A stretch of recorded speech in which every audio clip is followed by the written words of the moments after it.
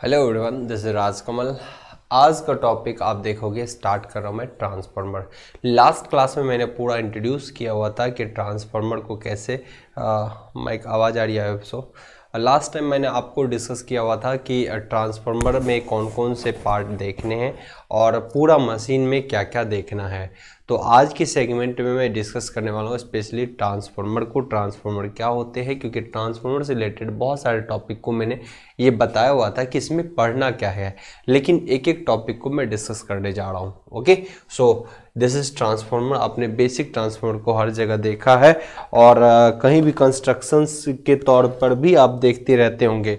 अगर मेरे पास इसके एक डिवाइसेस होंगे, ये रहा, ये भी एक ट्रांसफार्मर है। तो ट्रांसफार्मर को आप हर जगह देखते हो। जब आप अपने गांव में निकलते होंगे तो वहाँ भी आपको दिखता होगा एक ट्रांसफार्मर, ठीक है ना।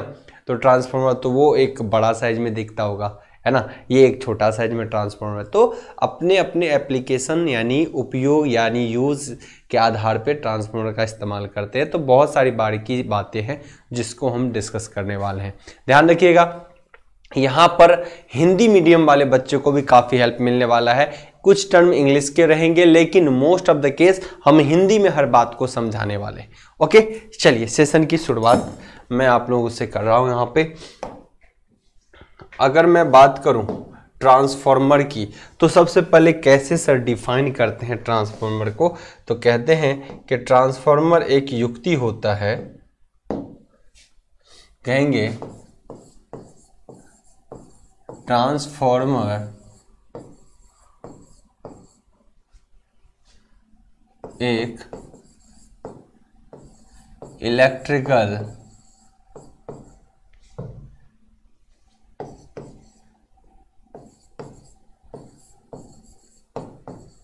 युक्ति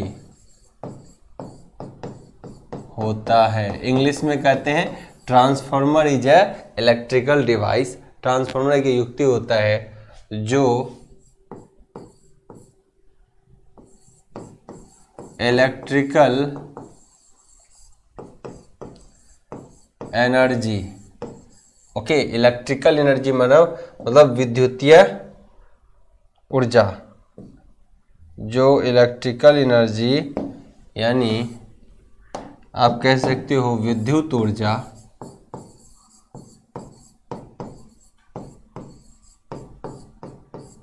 जो इलेक्ट्रिकल एनर्जी को एक परिपथ, जो इलेक्ट्रिकल एनर्जी को एक परिपथ से दूसरे परिपथ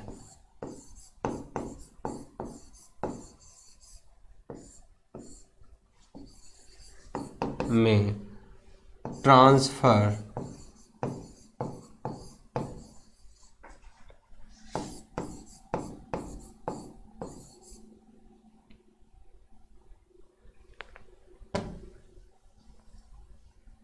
ट्रांसफर मतलब भेजना करता, मतलब सिंपल है कि ट्रांसफार्मर एक इलेक्ट्रिक युक्ति है, एक डिवाइस है जो इलेक्ट्रिकल एनर्जी को एक परिपथ से दूसरे परिपथ में क्या करता है, ट्रांसफर करता है, भेजता है। यानी पहले सर्किट में भी इलेक्ट्रिकल करंट ही रहता है और दूसरे सर्किट में भी इलेक्ट्रिकल करंट ही रहता है। जैसे कि एग्जांपल के तौर पे एक यहाँ पर पिक्चर आपको दिखाया गया है, इससे भी आपको पता चल रहा है कि ये एक ट्रांसफार्मर है, जहाँ पर की इलेक्ट्रिकल सर्किट, ये रहा इलेक्ट्रिकल सर्किट वन वाइंडिंग, ये परिपथ क्या हुआ, परिपथ, ये परिपथ वन हुआ, दूसरा परिपथ ये रहा, है ना, जो इसको वाइंडिंग में बोलते हैं, मतलब कुंडली है कि नहीं। एक कुंडली ये है तो दूसरा कुंडली ये है। ओके, तो यहाँ पे क्या है, कहते हैं कि ट्रांसफार्मर एक ऐसा डिवाइस है जो अगर यहाँ पर आप सोर्स कनेक्ट कर दोगे ना, इलेक्ट्रिकल एसी सोर्स कनेक्ट कर दोगे, ये हमेशा एसी पे चलता है, कभी भी डीसी पे नहीं चलता। छोटे छोटे एग्जाम में तो बच्चों से ये भी पूछा जाता है क्या ट्रांसफार्मर डीसी पे काम करता है, तो जी नहीं काम करता, डीसी पे कभी भी ट्रांसफार्मर काम नहीं करता। तो ये सब चीज़ भी यहीं से दिमाग में रहनी चाहिए, है ना। ये डीसी को क्लियर दिखा दूं ताकि पता हो डीसी पे काम नहीं करता, ठीक है ना। ओके, सो ट्रांसफार्मर एक ऐसी युक्ति है जिसमें अगर इलेक्ट्रिकल करंट यानी कहीं न कहीं करंट आप सप्लाई कर रहे हो इस सर्किट में, कुंडली में, कुंडली ये 1 है तो ये कुंडली क्या हुआ 2 हुआ, है ना, दूसरा कुंडली है। तो इसमें क्या है, इलेक्ट्रिकल सर्किट में अगर क्या करते हो, इलेक्ट्रिकल एनर्जी भेजते हो तो यहां भी आपको क्या मिलता है, ऊर्जा का स्थानांतरण होता है। यहां कोई भी लोड लगा दो, यहां कोई भी लोड मतलब भार, अब भार वजन वाला नहीं, इलेक्ट्रिकल भार, इलेक्ट्रिकल भार कैसा होगा, तो सर बल्ब हो सकते हैं, पंखे हो सकते हैं। ट्रांसफार्मर में किलो तर्जू थोड़े ना लगाएंगे, बल्ब भी लगाएंगे ओब्वियसली। ओके, सो तो आप कह सकते हो कि भार, तो यहाँ पर इलेक्ट्रिकल सर्किट से इलेक्ट्रिकल ही ट्रांसफर होता है। तो ट्रांसफार्मर क्या है कि जो इलेक्ट्रिकल करंट और वोल्टेज को इलेक्ट्रिकल करंट वोल्टेज में ही तब्दील करता है। तो आप कहोगे कि क्यों, जब सर इलेक्ट्रिकल करंट को इलेक्ट्रिकल में ही तब्दील करा रहे हो तो ये बीच में झंझट क्यों पाल रहे हो, सिंपल सी बात है।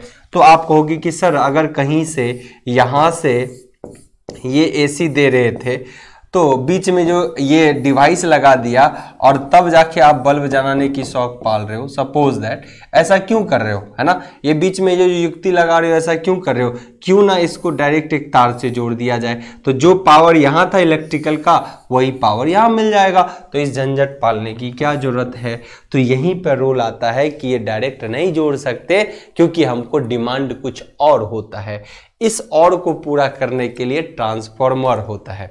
आइए मैं सिंपल भाषा में बात करूं तो ये डायरेक्ट अपन नहीं कर सकते हैं, डायरेक्ट कर सकते हैं तो फिर जो भेज रहा हूं वही मिल जाएगा, लेकिन वहां पे नीड अलग होती है। सपोज दैट, अब बात मैं करता हूं, है ना, अब बात करता हूं कि जो आपने ट्रांसफार्मर में सप्लाई दिया है, फिलहाल वोल्टेज समझने की कोशिश करिए। मैं कहता हूं यहां पे वोल्टेज है 500 वोल्ट, कितना 500 वोल्ट, ओके, और यहां पे करंट है मान लो 20 एम्पियर, कितना 20 एम्पियर।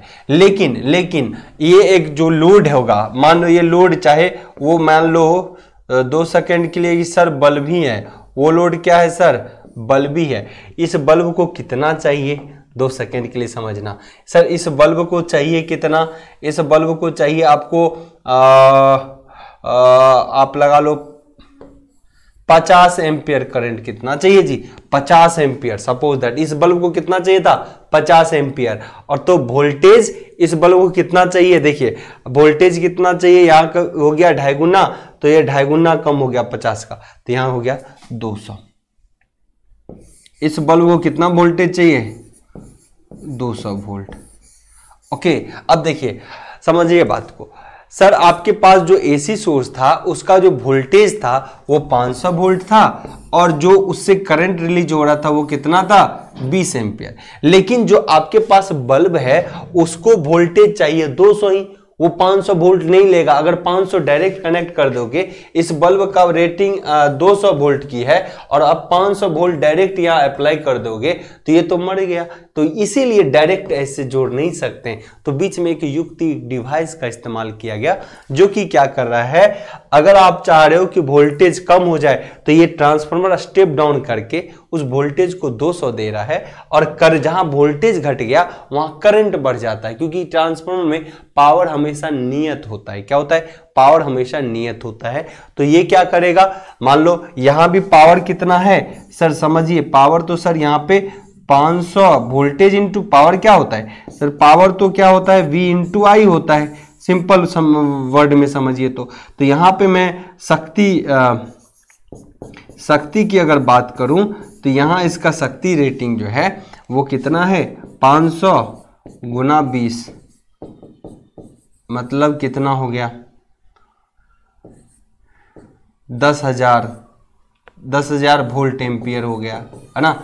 अब वहां देखो पावर उतना ही भेजेगा लेकिन वोल्टेज को क्या किया कम और करंट को बेचारा बढ़ा दिया। सो अगर यहाँ की पावर की बात करूं, यहाँ की शक्ति की बात करूं, देखना यहाँ पे तो तो यहाँ की शक्ति की बात करूँ तो सर वोल्टेज हो गए 200 और वो बेचारा हो गया 50। तो अब भी कितने हो गए 10,000, अब भी कितने हो गए 10,000 वोल्ट एम्पियर, अब भी कितने हो गए। ये एग्जाम्पल समझाने के लिए बता रहा हूँ ताकि आपको चीजें एकदम क्रिस्टल क्लियर हो पाए।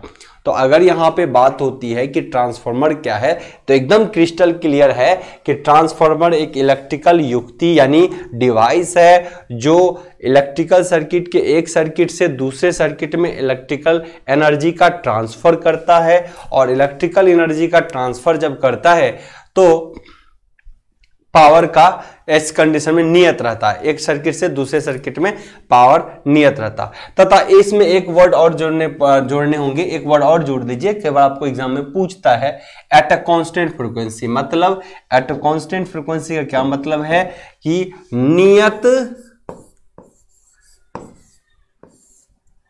फ्रीक्वेंसी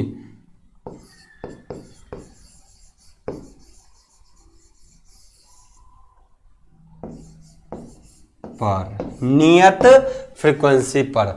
मतलब ट्रांसफार्मर में अब देखिए क्या हुआ सर 500 वोल्ट और 20 एम्पियर का करंट, अगर इसकी फ्रीक्वेंसी कितनी है 50 हर्ट्ज है, कितनी है 50 हर्ट्ज है ना, तो इसके लोड पर भी फ्रीक्वेंसी हमेशा कितना होगा 50 हर्ट्ज ही होगा। ऐसा नहीं कि हर्ट्ज बदल जाएगा, ऐसा नहीं कि हर्ट्ज बदल जाएगा, फ्रीक्वेंसी वही रहेगा।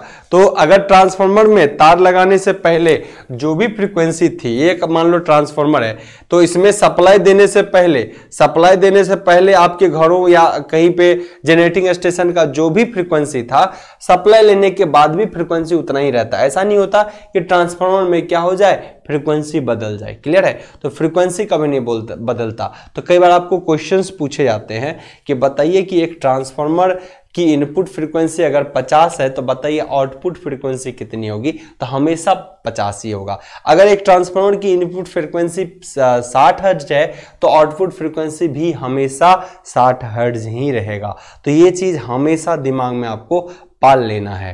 क्लियर? तो फ्रीक्वेंसी में कोई परिवर्तन नहीं होता। हाँ, एक ट्रांसफार्मर की मदद से वोल्टेज और करंट में परिवर्तन किया जा सकता है।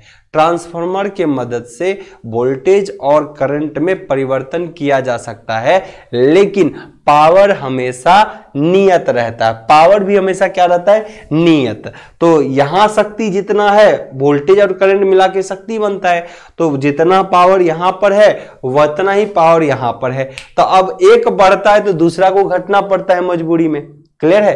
तो ये सब चीजें आपको जानकारी। तो आई होप सो एक डिफिनेशन के साथ हम इसको न्यूमेरिकल से भी कोशिश किए समझाने की, ताकि चीजें एकदम क्रिस्टल क्लियर ना हो जाए, क्रिस्टल क्लियर हो जाए। और आपने ये भी देखा कि क्यों किसी तार को डायरेक्ट नहीं जोड़ा जा सकता, है ना। डायरेक्ट जोड़ते तो 500 वोल्ट मिल जाता और उसको 500 चाहिए ही नहीं बल्ब को, तब तो वो विस्फोट कर ब्लास्ट कर जाता है ना, वो फट जाता बल्ब। तो आई होप सो एकदम क्लियर हो चुका होगा, डायरेक्ट नहीं जोड़ सकते, है ना। ये सब चीजें आपको पता होनी चाहिए। तो आई होप सो ये चीजें क्लियर हो चुकी है। तो इसके रिगार्डिंग कुछ पॉइंट्स को मैं और भी मेंशन कर देता हूं। यहां पर आइए,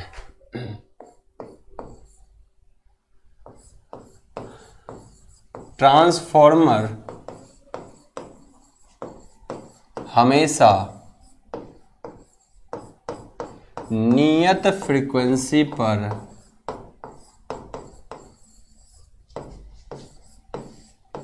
कार्य करता है। जो चीजें अभी डिफिनेशन से निकल के आ रही है उतना ही मैं बता रहा हूं, बाकी चीजों को डिस्कस तो और करेंगे। दूसरी बात यहां पे मैं डिस्कस करूंगा कि ट्रांसफार्मर के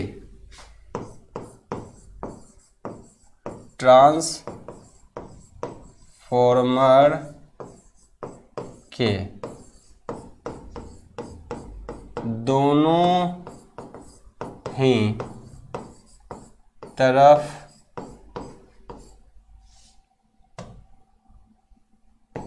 के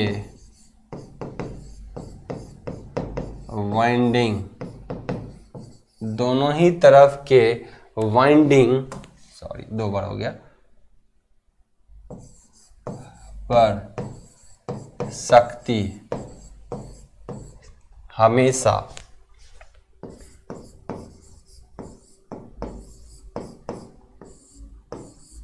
समान रहता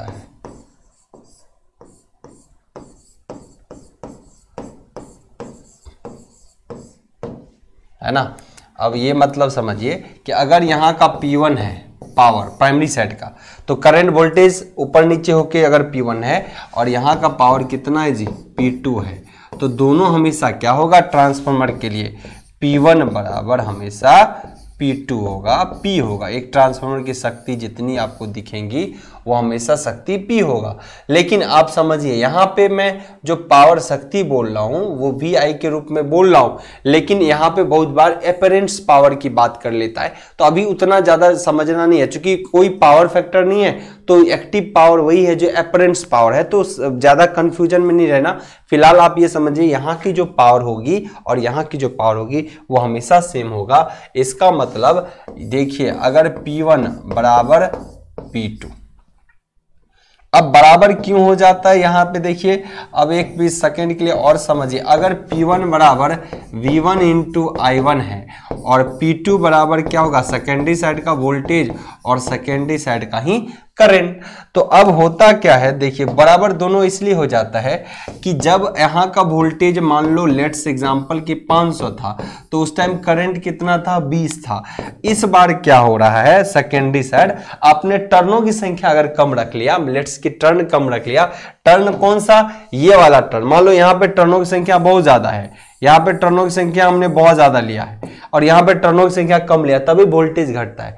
कभी वोल्टेज अगर घटेगा तो ये टर्न पर डिपेंड करता है, तो हमेशा इस चीज को आगे समझेंगे, जब हम कैलकुलेशन करेंगे तो निकाल के बताएंगे कि ट्रांसफार्मर का वोल्टेज हमेशा टर्न पर निर्भर करता है।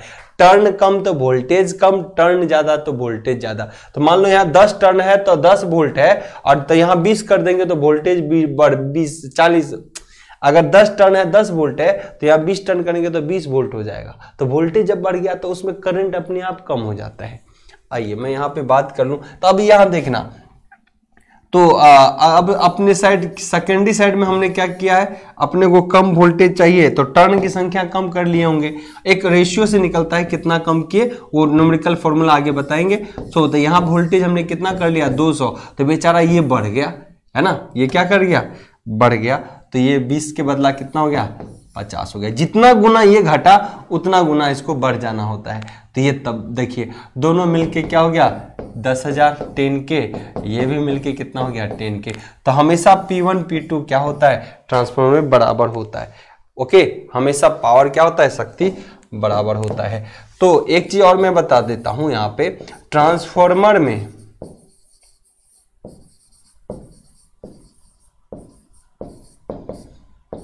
वोल्टेज उसके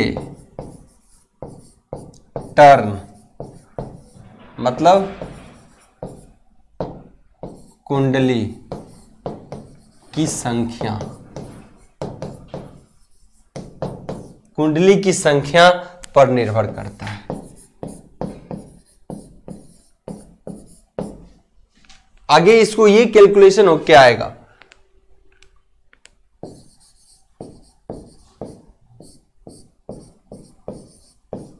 क्या करता है टर्न यानी कुंडली की संख्या पर निर्भर करता है। मतलब एक ट्रांसफार्मर का वोल्टेज उसके टर्न की संख्या पर निर्भर करता है।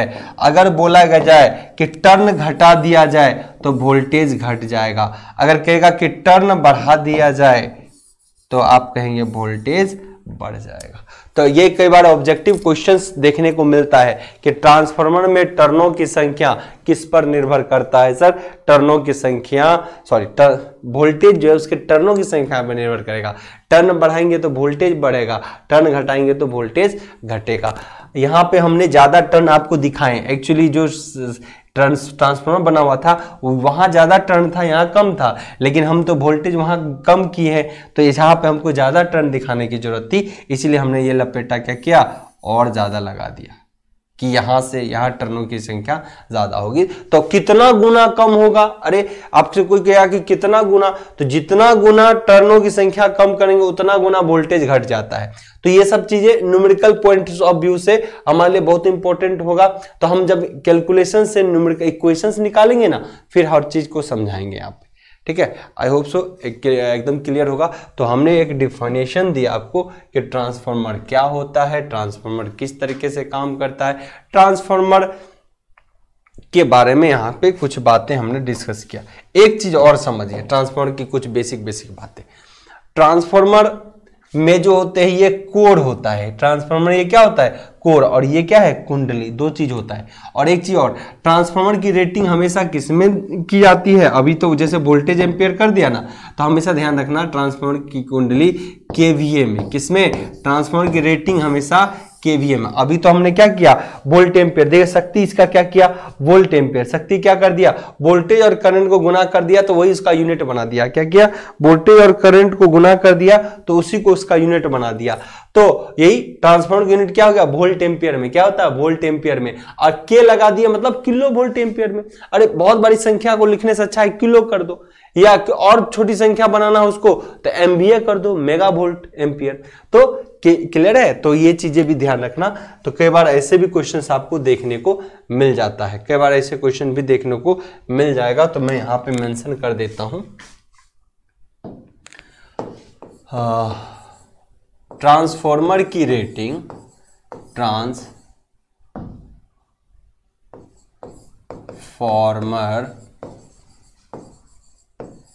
की रेटिंग हमेशा किसमें, अभी आपने देखा वोल्ट एम्पियर, या फिर इसी को बड़ा करते हैं, यानी छोटा करने के लिए कोई बहुत ज्यादा डिजिट है तो के लगा देते हैं, मतलब 1000 कम हो गया, या केवीए में, या फिर एमवीए में, एम में होता है मेगा वोल्ट एम्पियर। ये हमेशा ध्यान रखना, ये छोटे छोटे एग्जामों में बहुत ज्यादा पूछा जाता है, छोटे एग्जामों में बहुत ज्यादा पूछा जाता है, ठीक है ना। तो ट्रांसफार्मर की जो रेटिंग है हमेशा वोल्ट एम्पियर में, या किलो वोल्ट एम्पियर में, या फिर मेगा, है ना। तो ये पॉइंट मिस नहीं करना। ये क्या है सर, ये सर वोल्ट एम्पियर है, वोल्ट, हिंदी वाला बच्चा को तो बहुत दिक्कत हो जाता है, एम्पियर में होता है सर, क्योंकि वो बहुत ज्यादा हिंदी पढ़ के आता है, इंग्लिश का लोग बहुत समझ नहीं आता। इसको बोलेंगे किलो वोल्ट एम्पियर, है ना। इसको बोलेंगे मेगा, हिंदी में ऐसा लिखा रहेगा मेगा वोल्ट एम्पियर, है ना। मेगा मतलब क्या होता है, अब समझिए, कई बार किसी को ये भी समझ ना आए तो मेगा का मतलब क्या हो गया, 10⁶ वोल्ट एम्पियर, है ना। एक मेगा मतलब क्या होता है, यहाँ समझिए सर, एक मेगा कहीं पर बोला जाए तो ये मेगा का मतलब होता है 10⁶। कहीं पे किलो बोला गया तो किलो का मतलब कितना है, 10⁻3 यानी 1000, और इसका मतलब क्या है 10⁶। ओके, तो ये मतलब होता है। तो ये हो गया क्या, आप समझिए, कहीं पर दिया हो एक नॉमरिकल सिंपल वैल्यू से समझाता हूँ, क्योंकि छोटे छोटे बच्चों को बहुत चीजें समझ नहीं आती। अगर मान लो एक ट्रांसफार्मर बोलेगा आपको इतना वोल्ट एम्पियर का है, कोई ट्रांसफार्मर बोल दिया क्या कि 10,000 वोल्ट एम्पियर का है, समझिएगा ट्रांसफार्मर 10,000 वोल्ट एम्पियर का है, तो इसको दूसरे तरीके से भी लिखा जा सकता है कि 1000 को हटाना है तो सिर्फ ये कर देंगे कि सर ये ट्रांसफार्मर ना 10 kVA का है। कितने का है, 10 kVA का। तो यूनिट देखिए छोटा कर दिए ना, बहुत बड़े लिखने से अच्छा है कि उसको छोटा कर दीजिए। अब कोई कहेगा मेगा में भी लिख दीजिए, तो मेगा के लिए क्या करेंगे, इस 10 में इतना से मेगा बनाना है तो भाई छोटा करना पड़ेगा, तो 3 जीरो लिए, 3 जीरो और पीछे जाएंगे, मतलब 0.01 मेगा वोल्ट एम्पियर बन जाएगा। कोई कहेगा सर आपने कैसे अपने मन से लिख दिया, हम कहेंगे लिखे अपने मन से नहीं है। जब आपको इसको मेगा में बनाना है ना, मेगा में, तो देखिए क्या करना है, मेगा में जब आपको बनाना है तो इस 10,000 को किससे भागा दे देना है, 10⁶ से, तब ये मेगा बन जाएगा। क्या बनेगा, मेगा वोल्ट एम्पियर बन जाएगा। अब 10⁶ के लिए अपन क्या कर देंगे, 6 जीरो कर देंगे और अब भागा लगाएंगे जी, 3 3 6। अगर यहाँ होगा 3 जीरो से ये तो कट गया सर, 1 जीरो से और कट गया। अब क्या है, 1 से पहले कितने जीरो लाने होंगे सर, 1 से पहले तो 2 जीरो लाने होंगे, यानी ये जो है 1 बट्टा कितना हो गया सर 100, इसका मतलब 0.01 कितना हो गया 0.01। देखिए 0.01 को अगर तोड़ोगे तो कितना हो गया 2 0 पॉइंट हटाए तो 1/100 हो गया ना, क्लियर है। सो कितना है, इतना एमवी है या इतना केवी है या फिर इतना वोल्ट एम्पियर, सारे चीजें लिखे जा सकते हैं। मुझे नहीं लगता कोई भी कंफ्यूजन होनी चाहिए इसमें, किसी भी बच्चे को कोई भी कंफ्यूजन नहीं होनी चाहिए, ठीक है ना। तो एकदम आप लोगों का पेपर एकदम स्मूथली चलेगा, बिल्कुल बेसिक तरीके से चलेगा, कहीं कोई कंफ्यूजन नहीं होने वाला है ना। एक एक चीज को बिल्कुल क्रिस्टल क्लियर करने की मेरी पूरी कोशिश होगी। ये तो एक डिफिनेशन था आज के सेशन में कि ट्रांसफार्मर को अपन कैसे डिफाइन करते हैं, ट्रांसफार्मर का मेन काम जो होता है वो क्या होता है, वो सब आगे बताऊंगा। आज मैंने ये बताया कि एक ट्रांसफार्मर का क्या काम होता है, और कहीं ट्रांसफार्मर अगर बीच में आ रहा है तो क्यों आ रहा है ना। रोल आपको पता चल गया, डायरेक्ट नहीं जोड़ सकते क्योंकि कहीं किसी चीज को ज्यादा वोल्टेज की जरूरत होती है, किसी चीज को कम। मान लिया आपको घरों में जो सब डिवाइस है वो कितने पे चल रहा है 220 वोल्ट पे। आप सोचो 220 पे चल रहा है और जितने भी एनटीपीसी होंगे या पावर प्लांट जितने भी होंगे वो 11 केवी जनरेट करता है, कितना 11 किलो वोल्ट। तो 11 किलो वोल्ट से अगर हम चाहें कि डायरेक्ट भी, अगर मैं ये चाह लूं 2 सेकेंड के लिए कि अगर मैं ये भी चाहूं कि डायरेक्ट भी जोड़ देते जनरेशन से, यानी एनटीपीसी से अगर अपन डायरेक्ट भी जोड़ दे तो 11 को भी घर को कैसे जोड़ सकते, मतलब हर सिस्टम ही डैमेज हो जाएगा। इन चीजों से बचने के लिए हमको ट्रांसफार्मर का इस्तेमाल करना पड़ता है। ओके, तो अब डायरेक्ट ट्रांसफार्मर 11 केवी को यहाँ इतना कम नहीं करता, पहले ट्रांसमिशन करते हैं तो और वोल्टेज बढ़ा ही देते हैं। पहले बड़े बड़े ट्रांसफार्मर से उसकी रेटिंग बढ़ा देते हैं। उससे क्या होता है, ट्रांसमिशन लाइन में लॉस कम होता है। वो आगे की चीजें हैं जब हम समझेंगे। ओके, और फिर क्या करते हैं, उसको स्टेप डाउन कर देते हैं। स्टेप डाउन से क्या होता है सर, स्टेप डाउन से ये होता है कि ट्रांसफार्मर की पावर को कम किया जा, मतलब उसके वोल्टेज लेवल को कम करते हैं। मतलब धीरे धीरे पहले 11 केवी से बहुत बढ़ाते हैं, 66 केवी, उसके बाद 132 केवी, 400 केवी, 700 केवी बढ़ाते हैं, फिर इसको घटाएंगे क्योंकि उसको यूज करना है तो 220 वोल्ट तक लाते हैं। आपके घरों तक भी देखोगे 11 के भी आता है, फिर लास्ट ट्रांसफार्मर होता है जो उसको 220 या 440 में कन्वर्ट करके लाइन के बीच 440 वोल्ट हो जाता है या 400 वोल्ट होते हैं, और एक फेज में 220 वोल्ट होता है जो मिलता है आपको। तो यूजेज आपको पता चला ना, मेनली वोल्टेज अप और डाउन करने का ही काम होता है ट्रांसफार्मर का। तो बाकी इस पे डिटेल चर्चा हम आगे की क्लास में करेंगे। I hope so first class में एकदम क्रिस्टल क्लियर हो चुका है। हम मिलते हैं आपसे नेक्स्ट लेक्चर में, तब तक के लिए bye bye, tata, take care, thank you.